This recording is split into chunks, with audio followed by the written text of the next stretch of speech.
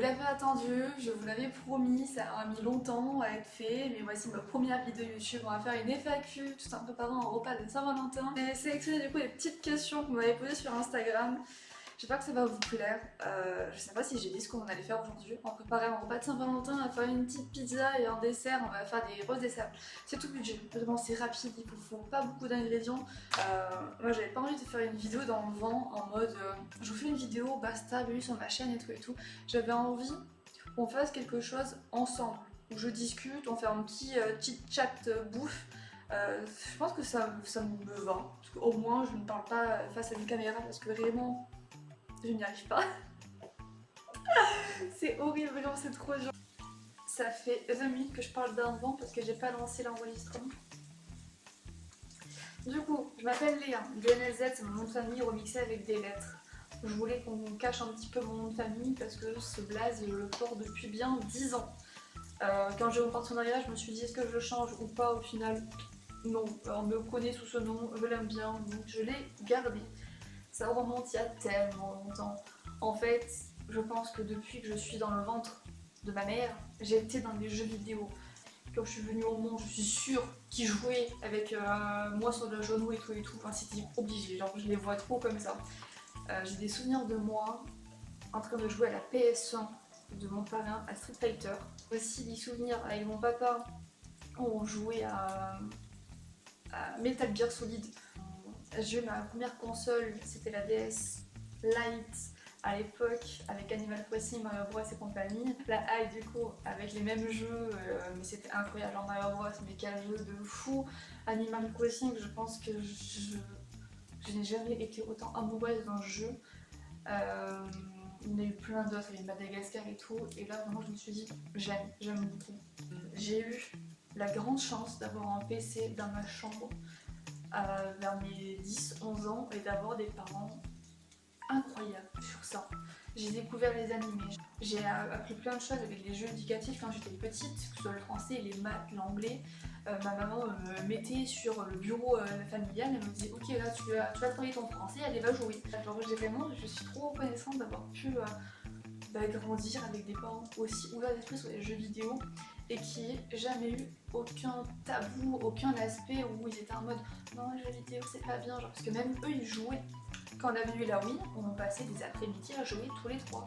On faisait des tournois de tennis, de baseball, on jouait au golf, on faisait de la boxe. C'était incroyable. Mes parents lançaient la play comme ça, genre sans que je sois forcément là et tout, genre c'était incroyable. Quand j'ai eu mon PC, j'ai découvert Dofus, Minecraft, LOL. Je suis sevrée de LOL, c'est bon, c'était une bonne période de ma vie. Plein de jeux incroyables, surtout les let's play, mais oh, incroyable, vraiment.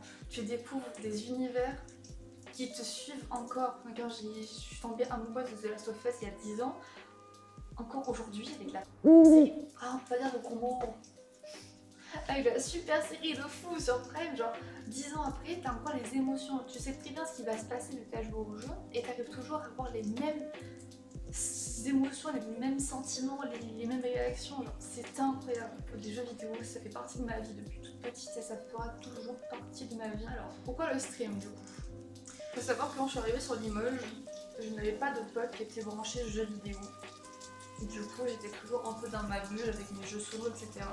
Et un soir, je me balade sur ma play dans les settings et je vois qu'on peut lancer des streams sur Twitch.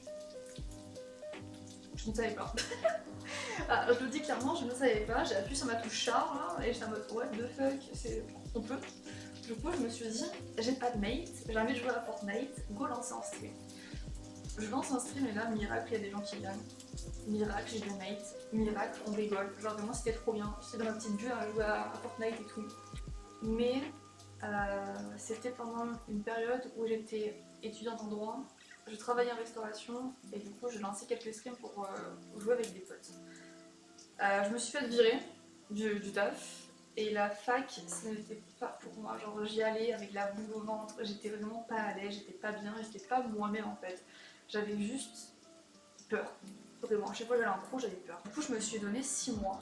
Je n'ai parlé à personne. Je n'ai pas parlé à mes parents de ce choix d'arrêter la fac et de streamer. Vraiment, j'ai fait mon cours en douce pour mes parents. J'étais encore à la fac et tout. Désolé papa, désolé maman.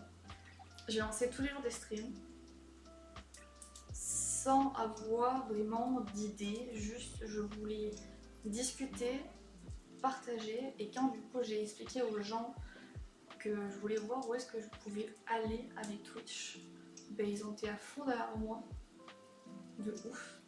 Du coup j'ai pu mettre un petit peu d'argent de côté, etc.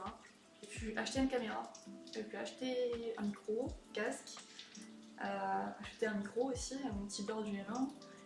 C'était archi cool, très stressant, vraiment, très stressant, parce que tu gagnes de l'argent grâce à des personnes qui passent sur ton stream au pif. Tu fais ton salaire sur la bonté des gens. Ça, c'est complexe. Là, t'as pas un patron qui va te dire ok, t'inquiète pas, t'auras ta paye le mois prochain. Non, là, c'est toi-même qui dois faire tout pour que les gens passent sur ton stream, pour qu'ils t'apprécient et pour qu'ils lâchent les subs. Du coup, c'était un choix assez risqué. Je n'y connaissais rien du tout. Je me suis lancée dans ça en mode inconnu. Vraiment, je me suis dit, go tester. Et vraiment ce feeling de jouer, de partager tes émotions avec des gens, etc., de faire découvrir aussi des jeux que certaines personnes ne connaissaient pas, oh, c'est trop bien, c'est beaucoup trop bien. Vraiment, j'adore, je pense, vraiment, c'est une des émotions qui me rend la plus heureuse du monde, c'est de pouvoir partager et que les gens soient contents de ce que je peux proposer. En termes de contenu, en termes d'animation, bref, plein de choses comme ça, genre ça me remplit de joie. Ouais, du coup, bah, après les 6 mois, ça a marché. Genre, j'ai réussi à mettre un petit peu d'argent de côté, etc. J'ai voulu reprendre des études carrément à côté, parce qu'on ne sait jamais, au final, non. Puis j'ai eu mon partenariat avec Twitch.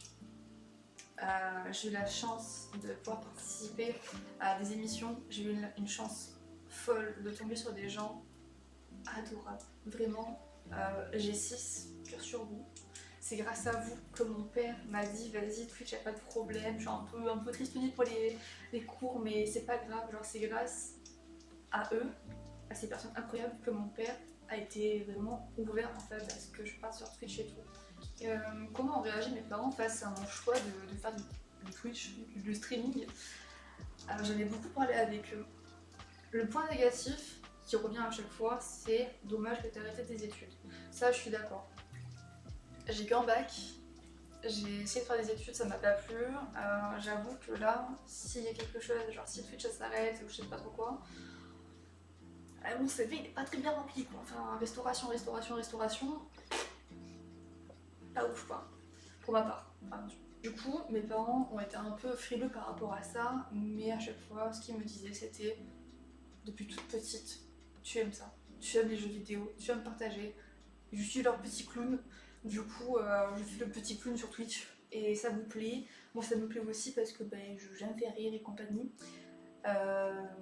Et ça c'est incroyable, genre ça me tient beaucoup à cœur. Et mes parents sont derrière moi et ça aussi c'est fabuleux. C'est mon père qui m'a offert ma chaise gaming, voilà. Quand j'ai changé mon micro, quand j'ai rajouté mon deuxième écran, il était comme un fou. Quand je leur ai montré Apex, parce qu'ils ne connaissaient pas, ma mère est tombée accro au jeu.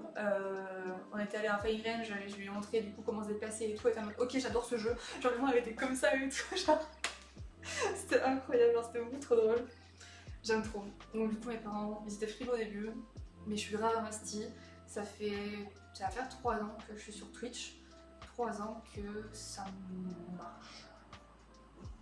Vraiment où je suis bien, genre ok c'est stressant de ouf, genre je suis auto-entrepreneuse, il y a des hauts, il y a des bas, c'est très compliqué, mais c'est ce que j'aime et mes parents sont derrière moi, donc c'est parfait. Alors, est-ce que je gagne de l'argent du coup grâce à Twitch? Oui. Est-ce que j'ai envie? Oui. En juin 2022, du coup j'ai lancé mon auto-entreprise. Voilà, je quitte la fac de droit, le stress des codes civils, des arrêts, des jurisprudences et tout pour avoir l'URSSAF. Au moins, c'est moi mon propre patron, c'est pas grave, c'est pas grave. Allez, bon. Tac, tac, tac. Pour voir le petit cœur, j'ai la flemme de bouger la caméra. La pâte comme ceci, boum, et on va plier le dessus pour faire un petit 3, et après on va faire une pointe ici pour un petit cœur. Vous arrivez à suivre? Ok. Tac. Hop. Du coup, ça fait une petite croûte. Avec la pointe et le petit trou en haut. C'est mignon. Alors, je vis grâce à Twitch, surtout à l'époque, grâce aux OP. Avec Stream Elements. Là, j'ai arrêté d'en faire parce que des kilos fraîches et tout et tout. Du coup, j'en fais plus. Mais avec la commu incroyable que nous sommes, que vous êtes, et les projets complètement cons que je mets en place, j'arrive à me faire quand même un petit salaire. Genre, c'est un peu moins que le SMIC, mais c'est quand même très bien avec mon mode de vie et compagnie. Genre, c'est nickel, c'est très très bien. Et j'ai la chance du coup d'avoir des personnes qui me proposent des projets avec des sponsors et tout et tout. Donc ça, je suis archi reconnaissante. En vrai, j'ai beaucoup de chance depuis le début sur Twitch. Je continue à en avoir. Et je remercie du coup toutes les personnes qui sont à fond derrière moi, qui me motivent, qui m'encouragent et tout. Parce que vraiment sans elles, ah bah, ça serait pas fait tous les jours. Punaise. Je sais que vous adorez quand on parle de thunes. Combien je gagne par mois? Ça varie. Question con, réponse con. Ça varie en fonction des pubs, des OP, de combien de temps j'ai streamé dans le mois, etc. S'il y a eu des événements spéciaux ou pas dans le mois, je peux faire 200 € comme je peux faire 1000 balles dans le mois. Voilà, ça dépend énormément de ce que je mets en place, etc. Est-ce que je gagne de l'argent grâce à TikTok? Nope. Est-ce que je gagne de l'argent grâce à YouTube? Non. TikTok, c'est juste pour mettre des clips que j'aime bien, que j'ai envie de garder, que j'ai envie de partager. Mais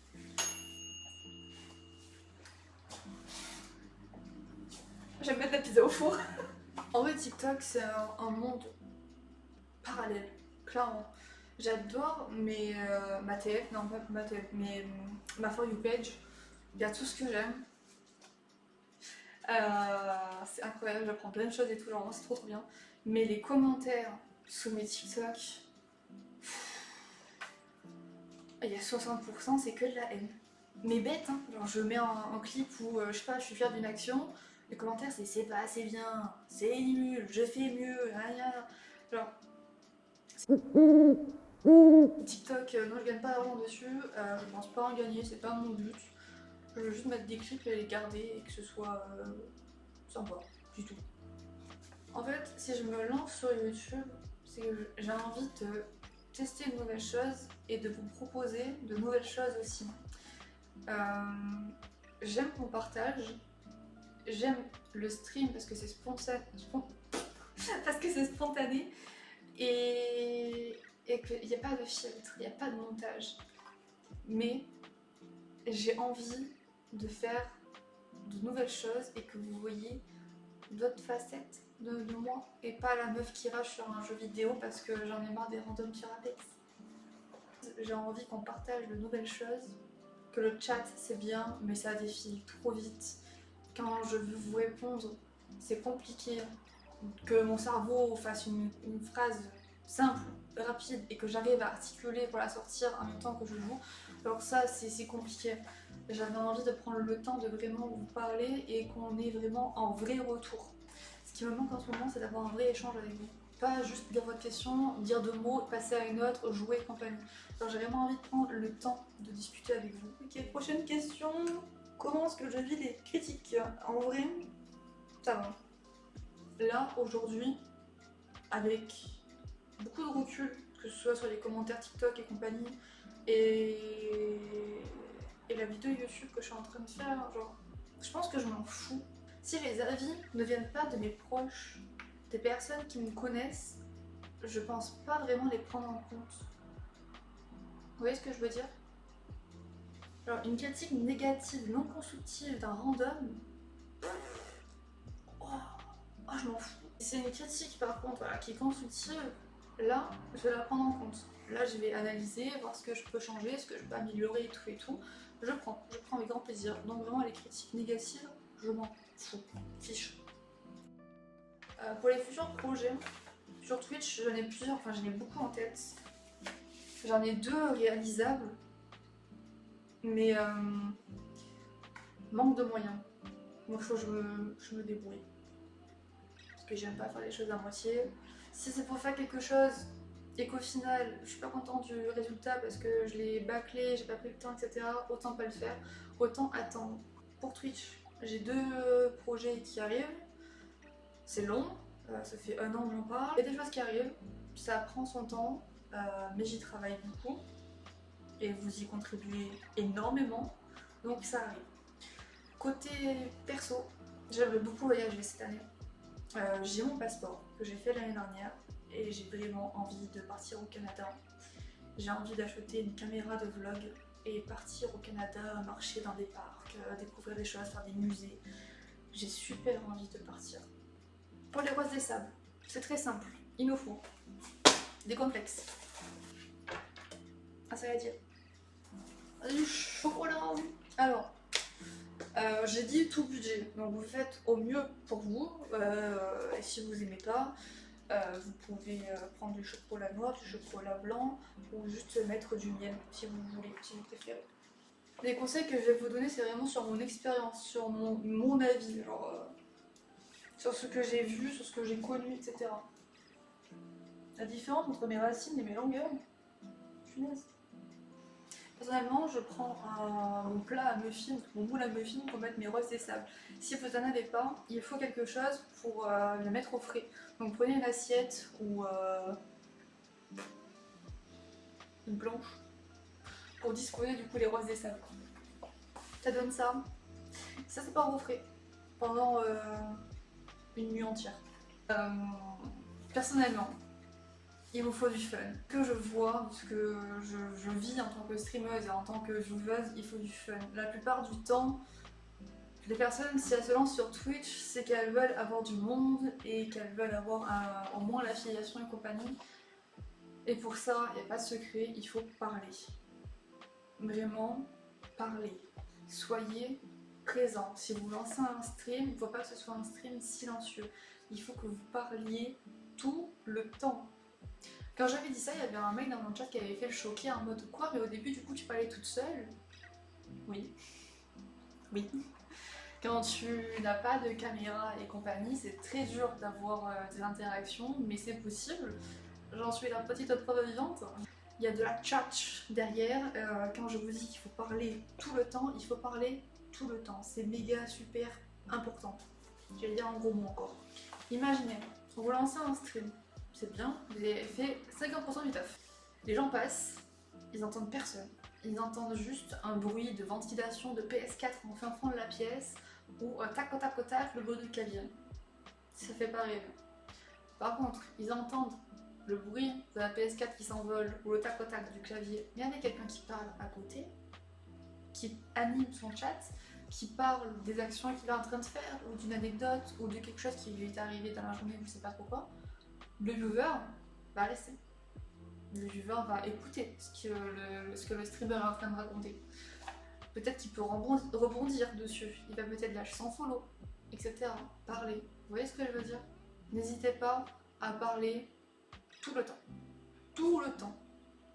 Ne dites pas que vous êtes ridicule ou je sais pas pourquoi. On est tous passés par là à parler tout seul devant sa caméra. Vous ne serez pas les premiers, vous ne serez pas les derniers. Et si vous avez vraiment envie de tester, de réussir un minimum, il faut parler. Et cette peur, ce ridicule que vous avez au fin fond de vous, vous lui dites chut, vous le mettez de côté. Genre vous prenez la petite boule de stress et tout et boum, ça dégage. Vous voyez ce que je veux dire? C'est super important. Je vous demande pas de jouer un rôle, mais juste de vous lâcher et de parler et de vous faire confiance. Là, il n'y a que vous qui puissiez faire quelque chose. Il n'y a que vous qui pouvez avancer ou pas. Donc donnez-vous-en les moyens, c'est très important. En parlant de moyens, putain je me donne des perches toute seule. Pas besoin d'avoir un setup à 4000 €. Non. Non, non. Ayez juste un bon micro. Il vous faut vraiment juste un bon micro. Alors, je sais que c'est un coût. Pas tout le monde peut investir dans un bon micro. Mais c'est méga super important. Si vous voulez, il y a le Bird UM1 sur Amazon. Il fait le taf. Il fait vraiment le taf, il est très bien, je m'en suis servi pendant plus d'1 an. Ça c'est mon avis encore une fois et je redis, oui ça va pas correspondre à tout le monde, oui ça va pas plaire à tout le monde, mais si vous voulez un minimum de setup, un minimum pour réussir, il faut un bon micro. Le décor on s'en fout, la caméra on s'en fout, PS4, PC on s'en fout, vous débutez, voilà. Vous vous attendez pas à avoir une qualité de fou dès le début parce qu'à tout moment, ça marche pas. Je préfère largement aller voir quelqu'un qui n'a pas beaucoup de setup, mais qui a la tchatch, mais qui est rigolo, qui a du niveau, je sais pas trop quoi, que quelqu'un qui a un beau décor, mais qui parle pas. Il faut avoir un minimum d'organisation. Si vous lancez un stream dans le but d'avoir du monde, il vous faut au moins un planning, au moins une date où on peut vous retrouver et que ce soit marqué partout. Imaginez, on a encore du coup notre cher viewer qui est passé sur notre stream aujourd'hui parce que vous aviez du coup un bon micro et vous parlez du coup pendant votre activité. Cette personne est très contente d'avoir rencontré un jeune streamer et a envie du coup de partager à nouveau ce stream. Mais impossible de savoir quand est-ce que vous allez stream. C'est dommage, c'est vraiment dommage. Donc, avec votre petit bot que vous allez configurer, vous allez mettre une commande ou une annonce planning et vous allez dire ok, tous les week-ends, de telle heure, je serai en stream. Tous les 2 jours, nanana. Vous expliquez du coup quand est-ce qu'on peut vous revoir. C'est très important. Au début, régularité, organisation, bon micro et on parle. Très important. Après, vous faites tout ce que vous voulez, vous avez un minimum de communauté, mais pour l'instant, vous suivez ces règles. Nouvelle règle. Ne regardez pas les stats. Ça, c'est super méga important. Les stats, on s'en fout. Les stats, ça varie beaucoup. Alors oui, on est toujours content de faire des stats de fou, de faire des pics hallucinants, d'avoir énormément de subs ou de follow et compagnie. On est fiers de nous, mais il ne faut pas se focaliser sur ça. Il ne faut pas se dire waouh, trop bien, j'ai gagné, j'ai eu 10 subs aujourd'hui, trop bien, c'est bon, la machine est lancée. Il ne faut pas rester sur ses acquis. C'est comme un taf, c'est comme une relation. Il ne faut pas rester sur ses acquis, il ne faut pas prendre la chose pour acquise. Je sais pas si je m'explique bien. J'ai peur d'être trop direct et de pas assez expliquer les choses. Mais après, je le vois vraiment comme ça. Twitch, c'est des montagnes russes, c'est beaucoup de hauts et des bas. Faut faire attention à pas se laisser submerger par les bas parce que quand on touche le fond, on peut que remonter. Par contre, attention, là je parle de vécu encore une fois en tant que vieweuse. Si vos potes viennent sur votre stream, c'est très bien. Mais si vos potes sont irrespectueux, ont un humour des plus douteux et crient, sont irrespectueux et compagnie, non. Ça ne va pas le faire. Prenons l'exemple de Papier Bulle. Papier Bulle lance un stream, Papier Bulle a un steak, et il y a ses potes qui viennent en vocal pour jouer à Apex. Ils sont en trio, du coup ils font de la ranked et compagnie, et là un pote de Papier Bulle crie très fort parce que Papier Bulle s'est fait tuer. Un viewer passe et entend le pote de Papier Bulle hurler dans ses oreilles. Hop là, vite je ferme la fenêtre et basta. Donc il faut un minimum de modération, un minimum de respect de Twitch et de votre respect et du respect des communautés. Si vous sentez qu'il y a un malaise, qui sont pas respectueux et compagnie, vous leur dites. Si ce sont bien vos potes, ils vont comprendre. Sinon, il faut changer ces relations. Gardez un peu les pieds sur terre, ne faites pas des plans sur la comète. Dans le sens où vous n'allez pas trop vite en dépensant votre argent. Si vous voulez améliorer votre setup, c'est très bien, mais n'allez pas faire des crédits sur 6 mois, 1 an, 2 ans. N'allez pas dépenser toute votre paye dans un clavier, dans une souris ou dans une manette, je sais pas. Faites super attention à ça. Il faut bien réfléchir. Ça, vraiment, j'y suis allée un peu trop vite sur ça, ça m'a un peu pénalisée, donc là, il faut faire très attention. Bon, à la pizza. La pizza est sortie, elle est toute mignonne, le dessert est tout frais. On va s'arrêter là. S'il y a des choses que vous voulez que je rajoute ou que j'ai oublié et tout, au pire je peux en faire un TikTok. C'était compliqué. C'était très dur. Vraiment, j'aime pas du tout regarder la caméra. J'ai beaucoup regardé mon retour, je suis désolée, mais pour l'instant, c'est le mieux que je puisse faire. J'aime pas du tout. Mais ça va, c'était marrant. J'espère que vous avez passé un bon moment avec moi, que ça vous a intéressé, que j'ai pu vous apporter des réponses et des conseils. Et que si vous avez décidé de prochaines vidéos, ben, je suis preneuse, parce que je sais pas trop quoi faire. Et j'espère qu'on n'a pas trop entendu le Mac souffler de ouf, parce que vraiment mon micro c'est le micro de la caméra. Du coup je vous fais des bisous, prenez soin de vous. J'ai hâte de voir les retours. Je suis comme ça encore une fois, vraiment je me chie dessus. C'est tout nouveau pour moi, donc soyez indulgents s'il vous plaît, je suis preneuse aux commentaires constructifs, donc n'hésitez pas. Et puis à très vite, hein. Et puis on se retrouve du coup sur Twitch tous les matins, sauf le dimanche. Dimanche je dors. Où je tourne des vidéos.